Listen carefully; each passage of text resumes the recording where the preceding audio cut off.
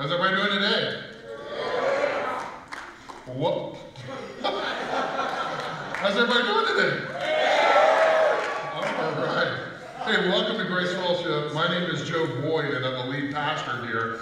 And I am excited that you're here because we are doing a series called Set the Table. We have a two-week message series called Set the Table in anticipation and preparing the table for one of the greatest events in the history of the church, and it is called Easter. Turn to somebody and say, Easter's coming. Easter is coming. Now, today, before I begin this message, I want to begin with a personal confession. And here's my confession. I want to talk to you for a second about why I do what I do. Whenever I got into ministry, I didn't have this idea that I would be on a stage. That wasn't why I did it. I never thought I would do that. I never thought I would be the guy leading a church.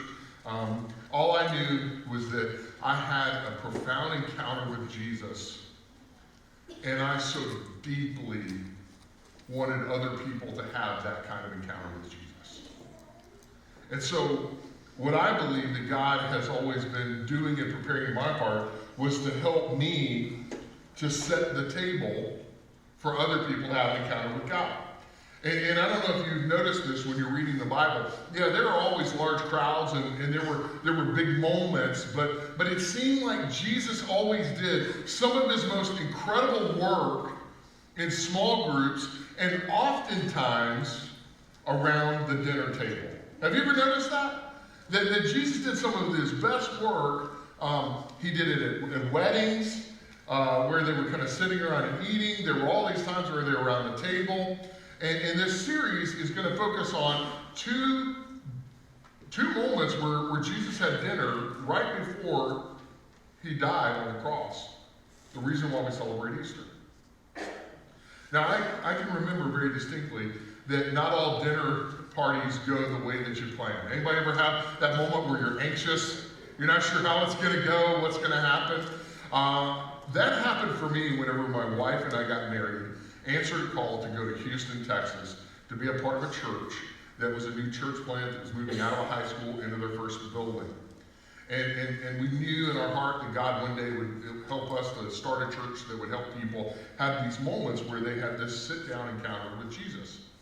And so our heart was that we wanted to have other people have that kind of experience. And so we didn't have a small group that we really fit into, and so we started a small group. And in starting that small group, we thought, man, we've got to meet with other people, but we need to go first. How many of you know if you're going to be a leader, you need to go first? Turn to somebody and say, go first. Yeah, you're looking at them like, I thought that was your job. Like, for real. And I felt like we needed to go first. The problem was we went to Houston right after the hurricane had hit New Orleans. And so they didn't know if it was going to hit Houston or if it was going to hit New Orleans. But because it hit New Orleans, 1 million people got displaced. And 250,000 of those people ended up in Houston, Texas. And because they ended up there, FEMA released all the apartments and opened them all up. And so we couldn't find a place to live. We answered the call, we're going to Houston. We don't know where we're going to stay. To make it more complicated, my wife Michelle had 2 dogs. Not 1 dog, 2 dogs. And if you need to have 2 dogs in an apartment, that's a difficult thing to do. I remember negotiating the deal. They said you can only have 1 dog and it can be 25 pounds. I said, how about 2 dogs under 25 pounds? She's like, it's my last day, I don't care. She signed it and gave it to me. God's good, prayer works, I'm just telling you.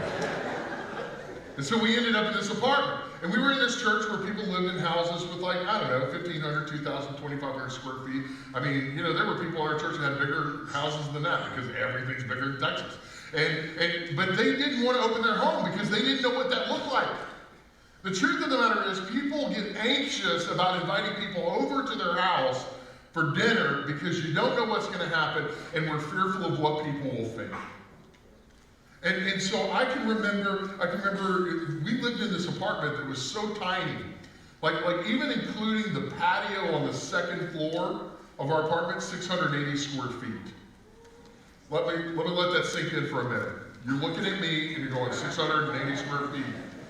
That's a tiny apartment. And yet we had a small group that had over 12 people. And we invited them to come to our house to have dinner because we wanted to break bread together. We wanted to kind of set the table for them to feel comfortable. And then the other piece of it was we wanted to have a Bible study because we wanted them to have an encounter with Jesus. And I'll never forget it. We had dinner. Michelle did a great job. We cooked. Some people got to sit at a table much smaller than this in our little kitchenette dining room. And some people stood in the kitchen and would eat. You know, others sat on the couches and the chairs around the living room. And as we finished up eating, people would come and leave their plates, and we circled around in the middle of this living room, and it was tight.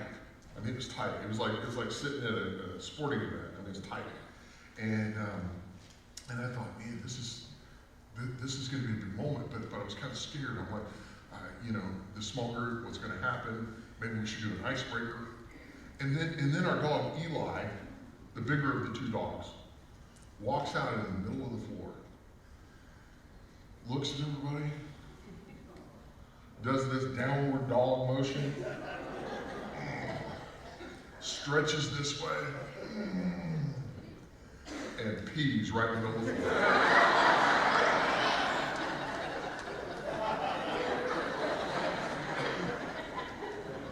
We've all been there, right?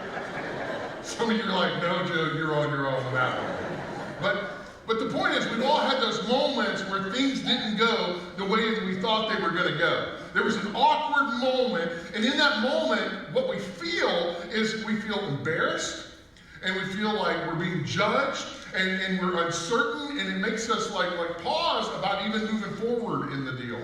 And we get scared and anxious, and we feel, even though we're with other people, we feel alone. And I want you to know that God used that crazy moment. And I don't know why I said it, but I said, listen, clearly that's the icebreaker, and there's nothing you're going to say or nothing you're going to do that's going to be more awkward than that. Welcome to the group. And everybody laughed, and we had a great time, and God used it. See, here's the good news. The good news is no matter what we face, no matter the circumstances we deal with, God guides us through awkward moments. In fact, sometimes God can use an awkward moment that we don't understand for a greater purpose in a way that we would have never imagined. And I believe that the way He does that, the plan He has for us, is that He wants us to set the table. Everybody say, set the table. He wants us to set the table. And so what we're going to do over these 2 weeks is we're going to set the table. And there's a story in Luke chapter 12 where Jesus demonstrates what that looks like. See, God's really good at setting the table. We know in Psalm 23 that God sets the table. We talked about that last year, that He sets the table even in the midst of our enemies. And we know that Jesus went ahead when He went to heaven to prepare a place for us in heaven. And so He understands how this whole thing works. I don't know about you, but sometimes I'm not really sure what I'm doing when it comes to setting a table. I mean, can we just be honest? Anybody, you're just like, hey, we always have just kind of our family at the house, so we don't really worry about it too much. We're not fancy. I mean, we have, the kids have those like little small plates that you can you run over with your lawnmower and they'd still be fine. And a lot of us, if we're really honest, we're more practical than fancy. It's like, well, what are you dining on? Well, we're dining on, paper and plastic tonight. And so we just don't want to get too complicated or to go too far out of our way because quite honestly, we don't really know what we're doing. Sometimes whenever you have guests over and they're really important guests, like maybe you're having the boss over for dinner, or you're having that special someone that you're trying to impress, that you hope one day will say yes. You're concerned about how this thing is set and how it's going to go. But what I have found, based on Scripture, is that distinguished guests determine the details. The more prestigious the guest, the more we sweat the details, right? And so we all kind of understand this idea that, well, we know if there are going to be 4 people coming for dinner, we're probably going to need 4 plates. And so we get that. We sort of know, okay, I understand where the plates go on the table, but then we start to sweat the details because we don't want to embarrass ourselves, and we want to impress our guests that we know what we're doing. Whenever I was in college, I took a lot of communication courses, and one of the classes that I took talked about how to communicate even through business dinners. And so I read this book that talked about the way that upper level managers and CEOs are trained on how to have dinner etiquette. And it amazed me because the book that got recommended more than any other was Tiffany's Table Manners for Teens. I mean, doesn't that sound really official? But it's really simple. And it was simple because you needed to know, like, where do I put things? Okay, I get the plate, and the cup usually goes to the right, and then you have napkins, and you place those on the left side, and so you set those, and when you're thinking about details like where's everybody sitting, usually the person of honor sits at the head of the table, and so you start thinking about all the little details. Then you start thinking about these crazy things, the utensils. Some of you are like, Scary Joe has a knife, but you set the knife and the spoons on the right side. The forks, they always go on the left side. And by the way, if you don't serve soup, you don't put a soup spoon, right? You don't put anything out that you don't have to put out, but you want to make sure that you get it in the right place, in the right order, because the details matter. Because you want to impress these people, especially if it's that special someone that you know will be there for all the important dinners. And so you're like, man, I want this to really, wait, I didn't do that right. All right, apparently I need to go back and read the book again. But you set the table, and you kind of work your way out from there. So the table's set. And what I found is that it's actually less important what's for dinner, and the more important question is who's coming to dinner. And this was true for Jesus as well, because he's a distinguished guest, and he determines the details of what was going to happen. We pick up in John chapter 12, verse 1, and God sets the stage before the hosts set the table for Jesus. It says 6 days before the Passover. This is where Jesus is going to come and have the Last Supper. This is where he's going to prepare to literally be the sacrificial lamb for all people and die for all sins. It says Jesus came to Bethany. This is the town. He came to Bethany, where Lazarus lived, whom Jesus had raised from the dead. And here a dinner was given in Jesus' honor. And so to set the stage, Jesus is coming to Bethany. He's coming to this place to hang out with Mary and Martha and Lazarus, who were his single friends. He'd had dinner with them previously. If you go back and you read about that, you know that was a little awkward. They had kind of some exchange there. But now it's different. But more importantly, Jesus is literally having dinner as an honored guest at a dead man's home. Because if you go back and you read John chapter 11, you know that Lazarus, he wasn't lazy, he was dead. I mean dead, in the tomb. They could smell the death on him. And his sisters were tripping. They run to Jesus, they're crying, Mary and Martha. Ah! And Mary, who was, at the feet of Jesus, love you, Jesus. Now she's calling him out. Jesus, if you'd been there, my brother wouldn't have died. Boy, that's setting the table.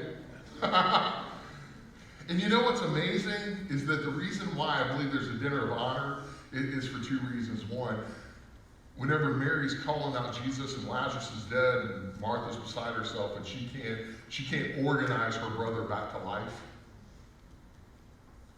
Jesus doesn't preach a sermon. It says he wept. He met them in their pain.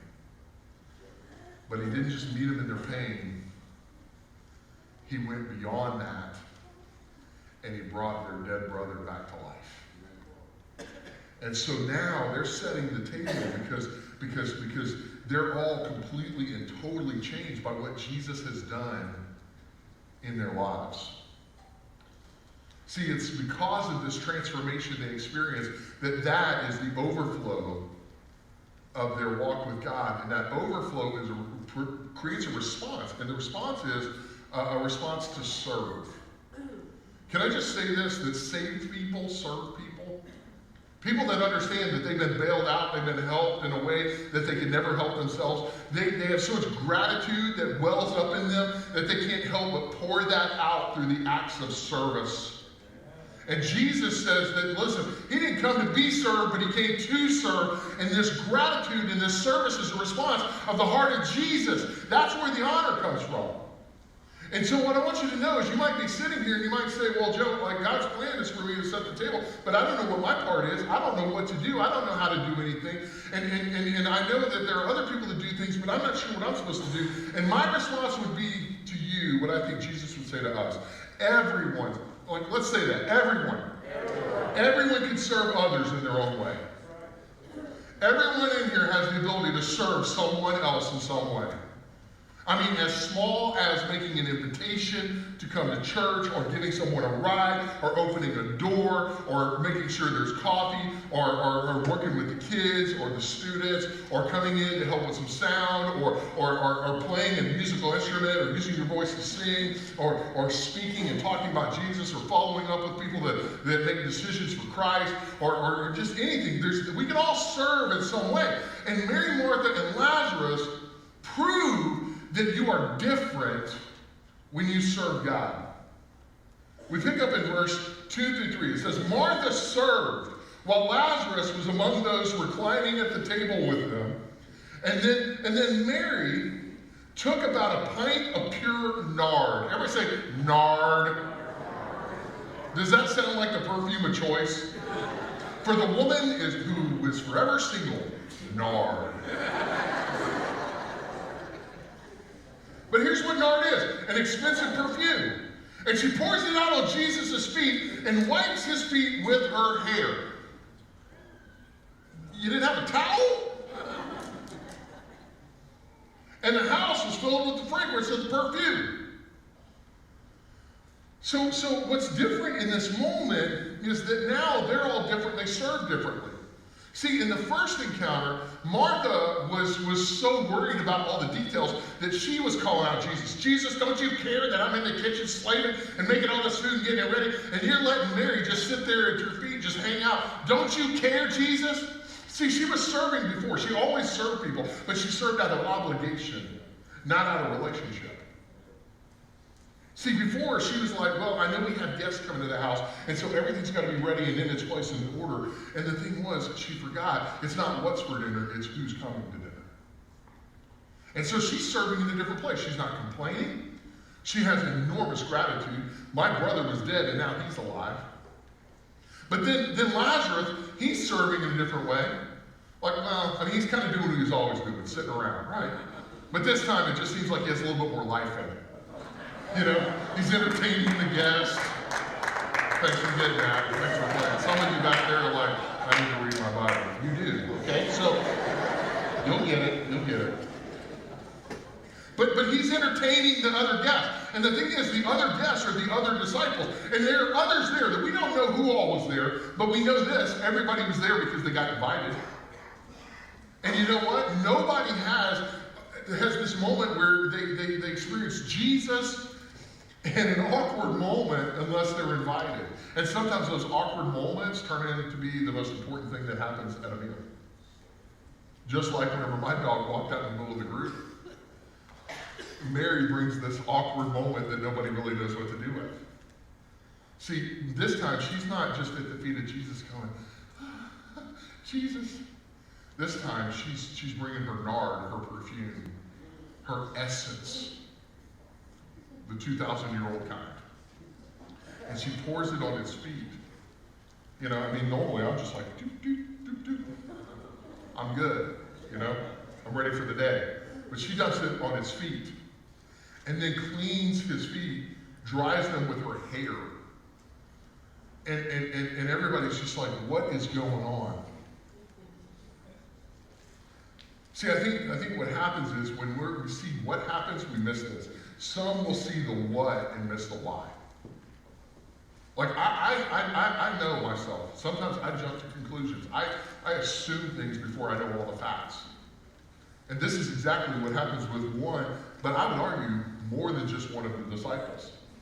Judas, we pick up in verse 4 through 6. It says, but one of his disciples, Judas Iscariot, yeah, he's a good guy. We'll find out next week, who was later to betray him, objected.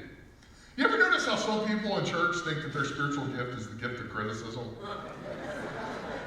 Like they were baptized in vinegar? Judas was that guy.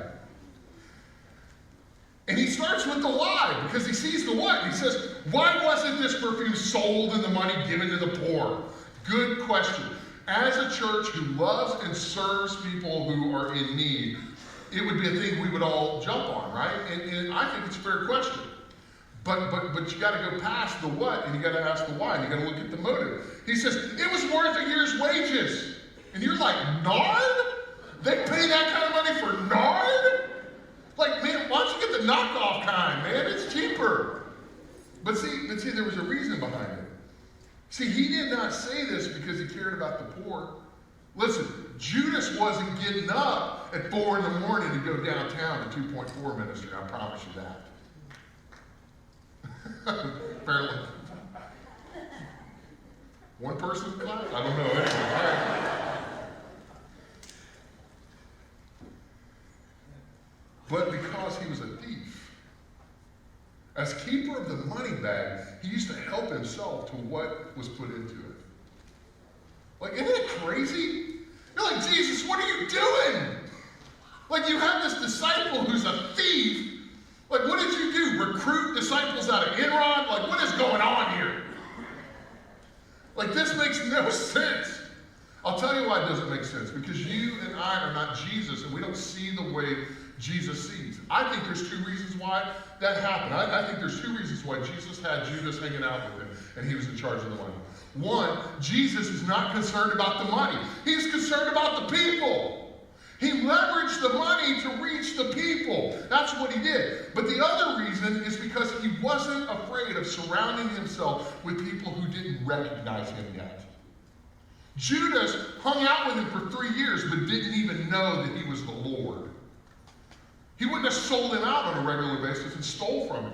I think Jesus allows people who are nothing like him to be around him in the hopes that they will have this moment where they sit down and come face to face with Christ and it changes their life forever. I really believe that. And so whenever I look at this, I'm personally convicted. Because the truth of the matter is, for the first part of my years in ministry, the greatest mistake I ever made, I'm just going to sit down and talk to you. The greatest mistake I ever made is this. I got caught up in this idea that Jesus needed me. I don't know if you've ever felt that. Some of you are like, back up, he's going to get struck by lightning. But I used to think the things I was doing them for Jesus. And I was wrong. Jesus doesn't need me because he needs something from me. Jesus invites me to the table and to serve and to be a part of what God's doing because he doesn't want something from me, he wants something for me.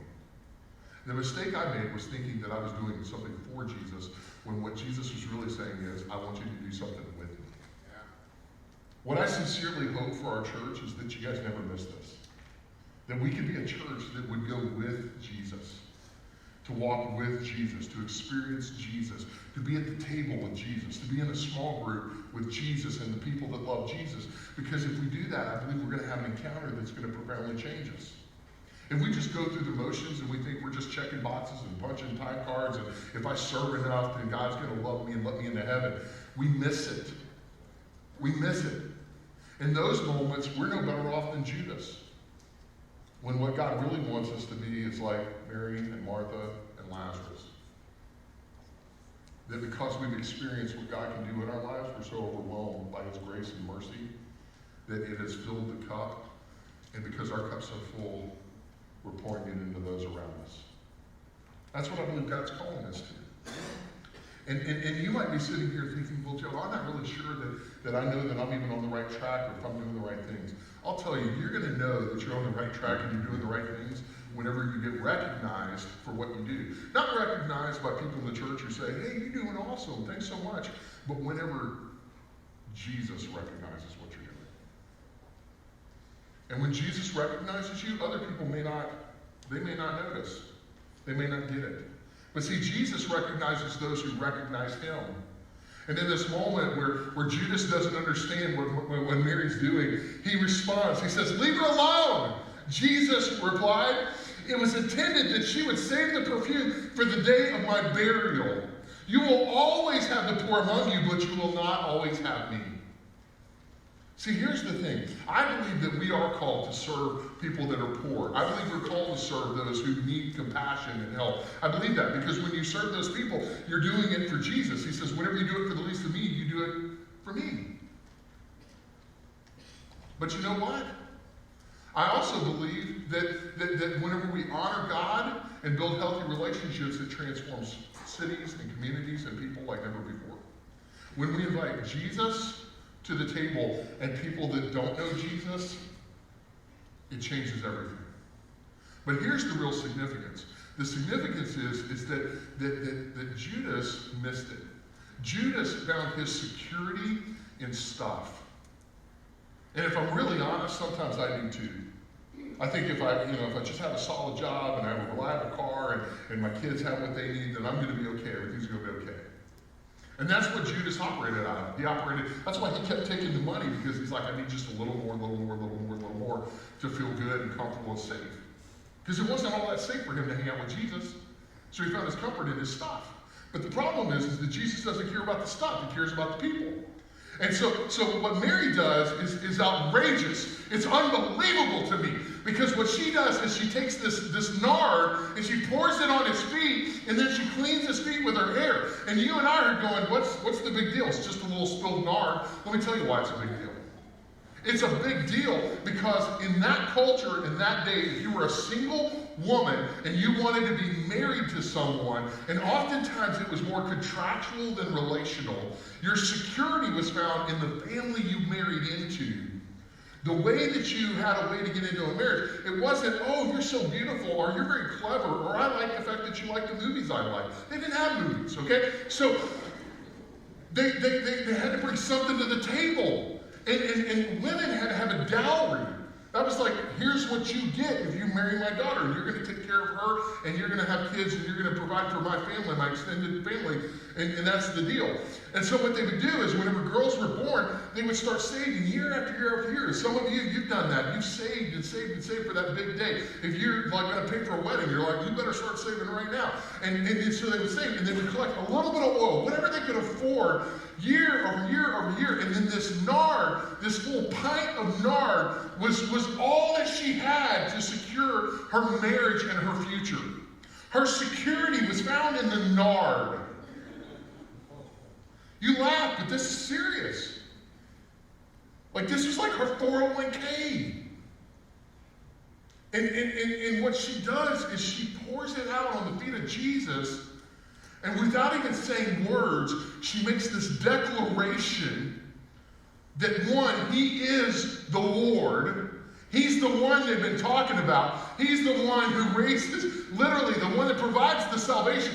But she's also saying that I don't care if I ever get married. My security is not found in who I hook up with. It is not found in what I have and possess. My security, not just for this moment, but for eternity, is found in Jesus and Jesus alone. She knew in that moment that she had a seat at the table, not for this dinner of honor, but at heaven. And she was not afraid. Oh man, I wish we could be like her instead of Lazarus. See, it's out of this overwhelming gratitude that they do something. Turn to somebody and say, do something. What can we do In response to Easter, what can we do? Not because we have to, but because we get to. What can we do this Easter that's going to make all the difference in the world? I know you're sitting there and you're saying, but Joe, I don't have any nard. I don't even know where to buy nard. It's not at Menards. Okay, I'm just telling you. They don't have it. They don't have it.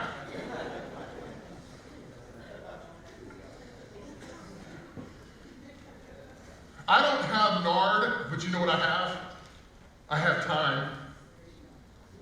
I don't have nard, but I have friends and acquaintances. Here's the first thing I think we can do. Pray and invite. Everybody say that. Pray and invite. I don't have nard, but I have time to pray. Joe, I don't have time to pray. Yeah, you do. You watch Netflix, television, the game. Listen, if you're watching the Final Four, you probably ought to be praying. I'm just saying.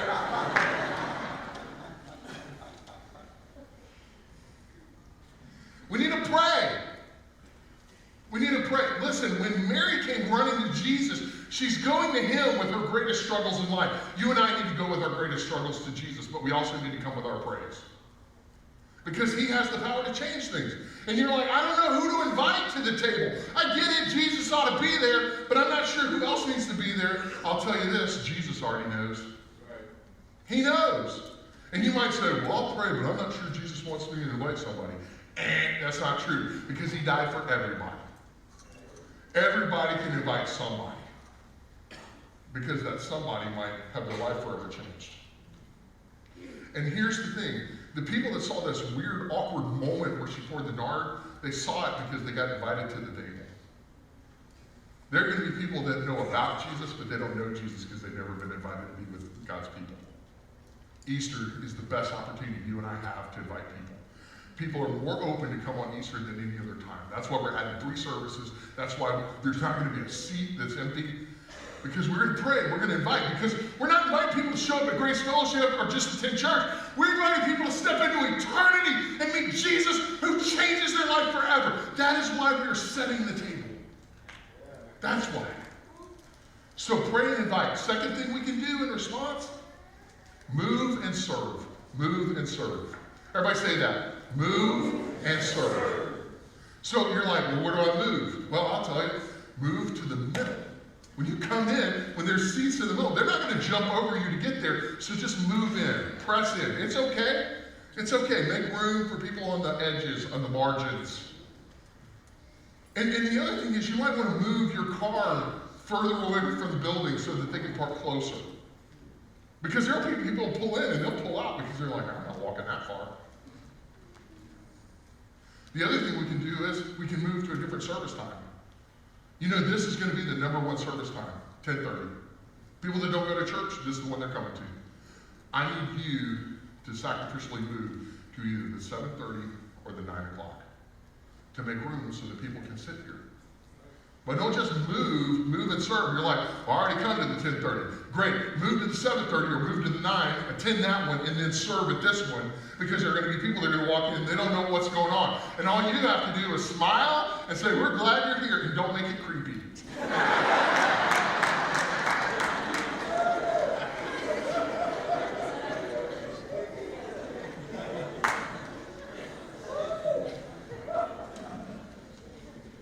So what do we do with this? Here's what we do with it.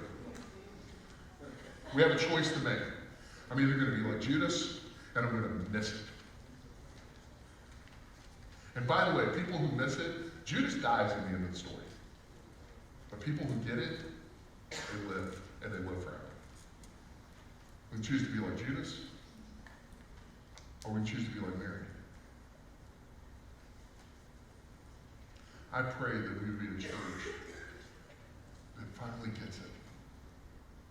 God is not mad at us, he's mad about us. That he wants people to experience grace like never before. Like never before. I want you to imagine, everybody say imagine. I want you to imagine what Easter could be like this year if we set the table. Can you imagine a place where everyone is welcome, nobody is perfect, and anything is possible? See, because the table was set by a small group of singles who met and knew Jesus, And their lives were changed by him. The world was changed. Verse 9 says this. They're having this small dinner, and meanwhile a large crowd of Jews found out that Jesus was there and came, not only because of him, but also to see Lazarus, whom he had raised from the dead. Let me tell you something. You're sitting here and you're saying, what can I do? I can't do anything. And you know what? You're right. I can't really do anything. Apart from Christ, I can do nothing. But because I know Christ and Christ is in me, people see what Christ has done in me, and it gets through me to them, and it transforms them. People come to see and meet Jesus, but they don't see Jesus before they see the work of Jesus. See, the reason why they honored Jesus at the dinner table was because Lazarus was dead, and now that he's alive. And there's a lot of people of grace, and I love this. The two best things about grace are God and the people of grace. It's not the preaching, it's not the singing, it's not the ministries, it's God and the people. Because our story is that I used to be a person who was broken, but now I'm whole. I used to be addicted, but now I can't get enough of Jesus. I used to be lost and lonely, but now I'm found and I have a family. I used to be dead, but I'm alive. Jesus does not make bad people better. He makes dead people come to life. That's what we're in the business of. I don't have nard, but I've got time. And I don't have nard, but I've got friends. And I don't have nard, but I can make room in my car. I don't have nard, but I can serve. I don't have nard, but I can invite people I don't know because I need them to meet this Jesus who's forever changed me. Because he is worth it. And when people experience grace, what happens is people are going to know God. When people experience grace, they're going to find friends and not be alone. And when they experience grace, they're going to discover their purpose. And when they experience grace, they will make a difference in this world. God is calling us to not just set the table, but to be a part of his family. The greatest thing I ever learned, the greatest step I ever took was not going to seminary to learn how to be a pastor. It was whenever I realized I needed God, and I took that step, and I went to a church where I didn't know anyone. And because they met me at the door, and they greeted me, and they welcomed me in, I met God's people, and because of God's people, I met God. And I'm here today because God has a plan for you, and God has a plan for me. I want to invite you, if you've never put your faith and trust in Jesus, to have an experience where God says, come, be my guest, but more importantly, become my family. Today, I also want to invite people that if you've never been compelled by God to move and serve, or to pray and invite, let this be the beginning of the greatest journey of your walk with God. Let's pray. God, in this moment, I pray that you'd move in a mighty way. That God, we would make room for you at our table, and more importantly, we would make room for other people at the table. And that God, we would come to serve. Today, if you're here and you would say, I need a relationship with Jesus. I don't want to be a Lazarus. I want to be like Mary. I want to be like Lazarus. I want to be a person who comes to life. I want to be Martha. I want to be a person who serves with purpose. I want to experience Jesus on a personal level. When we begin to admit that we need Jesus, that is the beginning of life. And when we ask Jesus to come into our life, he says, I'm already there. He meets us right where we are. And so with every head bowed and every eye closed, this is our opportunity to respond. If you've never started to walk with Jesus, today's your day. If that's you and you say, I'm ready. With every head bowed and every eye closed, at the count of 3, I'm going to ask you to raise your hand and raise it high. Just say, here I am, Lord. Here I am. I don't have an nard, but you can have all of me. 1, 2, 3. Just raise your hand. Wow. Wow. Hands everywhere. Keep your hand up for a second. I want you to look at me. You can open your eyes and look at me. This is the most important decision you've ever made. That nard was worth a year's wages. You can put your hand up, but just look at me, okay? I don't want to make it uncomfortable. It was worth a year's wages. Jesus gave his life so that you and I could live. I want you to do me a favor. There's a card in front of you in a seat. It says welcome card. Why don't you just grab one of those? I'm not going to ask you to come down front. We're not going to make this weird. But I want you to write your name. If there's more than one of you, write your names, a phone number, or wait for us to get in touch with you. Check the box. I'm making a decision for Jesus. And in a few moments, we're going to pass buckets to receive an offering of what God has given to us. And the greatest gift you'll give today is to drop that in the bucket so we can follow up with you, we can walk with you in this. Because listen, here, you're an honored guest. But we set one more plate always because we're always expecting a guest that ultimately is going to become family. And I'm going to ask you to drop that in at the end of the service. Afterwards, you can go to the next step wall and receive a Bible and other resources. But your step today is just dropping it in the bucket. For the rest of us, I don't know about you, but I don't have nard, but I do have time, and I can take a step. Today, if you would say, hey, I'm going to take a step for Jesus. I'm going to make room at the table for somebody in the name of Jesus. I'm going to do my part. I'm going to pray, and I'm going to invite. I'm going to move and serve. Listen, if you'll take a step today, if you'll say, I'm going to do it. This Easter's going to be different. I'm going to do it. I want everybody that would say, I'm going to do that, to raise your hand. Love it. Hands already going up. Hands going up. Come on, everybody's hands ought to be up. Because we need to make room. Because Jesus made room for us. Today, I just want to close out by saying our God is so good. And he loves us so much. I don't have nard, but I have Jesus. And that is more than enough. In your name we pray, Jesus Christ, all the way. And everyone said?